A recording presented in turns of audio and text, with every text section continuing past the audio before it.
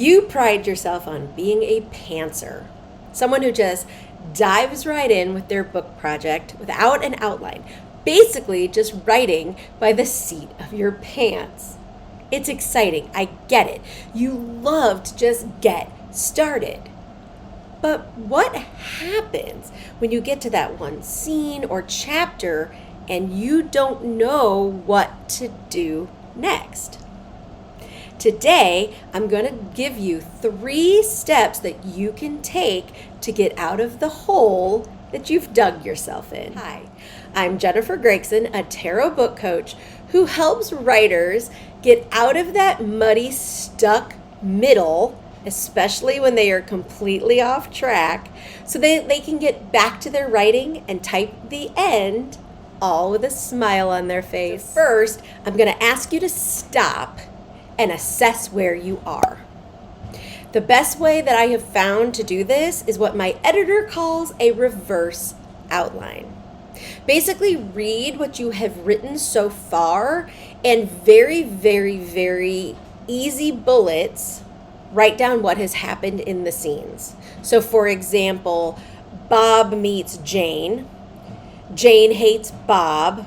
Jane tells her sister about Bob. Sister realizes she knows Bob. I mean, literally, that's how easy breezy I want these bullets to be. Like a kid's book, like a primer reader, easy. Now, don't get scared by step 2, because I know pantsers, they don't want to plan, but figure out your ending. Now, I'm not asking you to write a detailed outline. I am not asking you to map out a bunch of stuff. I just want you to figure out where your book is going. And you can do this with bullet points. Seriously, keep it easy. But you kind of have to know, does Bob and Jane get together at the end? Does Bob and the sister get together at the end? Does Bob get murdered? Like, what happens? Okay, books can go anywhere, people. What happens? You kind of need to know. Now, I'm not saying this has to be the ending forever, but you kind of need, like, before you pull back an arrow, you need to know where you're trying to shoot, right? And that's all I'm asking you to do. And again, this can be bullet points. Bob and Jane fall in love, there's a wedding. Literally, that can be it. Or Bob falls off the Grand Canyon and Jane finds love with a park ranger. Seriously, that's all I need right now. But you need to have at least that so that you can kind of know where you're going. Okay, how are those bullet points treating you? Because step 3 is map out point A to point B. Again, pantsers, I'm not asking you to do a full outline. So unclench, relax. Okay? Bullet points. Just bullet points. Where you are right now in your novel and where you want to end up. Map out the journey between point A and point B. And again, simple bullet point. So if we're going with the ending that Bob falls off the Grand Canyon and Jane falls in love with a park ranger, because that seems crazy and fun, and you are at the point where Jane is starting to like Bob, okay, that gives us some conflict, then literally just map out. They have a great first week. And then they have a month anniversary, and it's the first time either of them have ever dated someone that long, right? Maybe it's a fun rom-com with a twist. Then the next bullet point could literally be some sort of conflict, and now they're rocky. So then they decide to go on this adventure to the Grand Canyon. And it's raining, and it's nighttime, and something happens. Like literally, you can put that. Something happens here, and then Bob falls off. Jane is upset, and a park ranger is giving her instructions, and she falls in love with the park ranger. Literally, it can be that simple. Now, I'm going to throw in an extra tip here. Take it or leave it, pantsers. I know this might seem too much. And if it is, that's fine.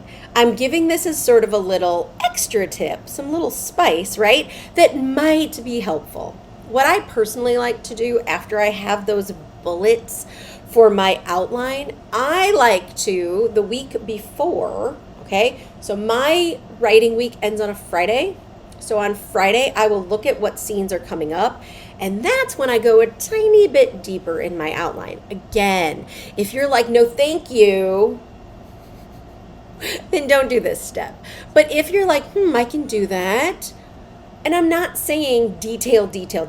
I like to do the detailed work at this point, but if that doesn't feel good to you, then you could just take that bullet point and turn it into full sentences or a paragraph, or just know like what characters are in the scene, where is the setting, what's the mood, what's the tension, what's the conflict, what's the point of this scene or chapter. And if that's all you get, if that's all you need, perfect. But I think you need to start beefing up those bullet points a tiny bit, but you don't have to do it so far in advance. You could even do this as a pre-writing session. So let's say Monday at noon is when you write. You could take 10 minutes and look at the scene or the chapter you're writing that day and do this work then.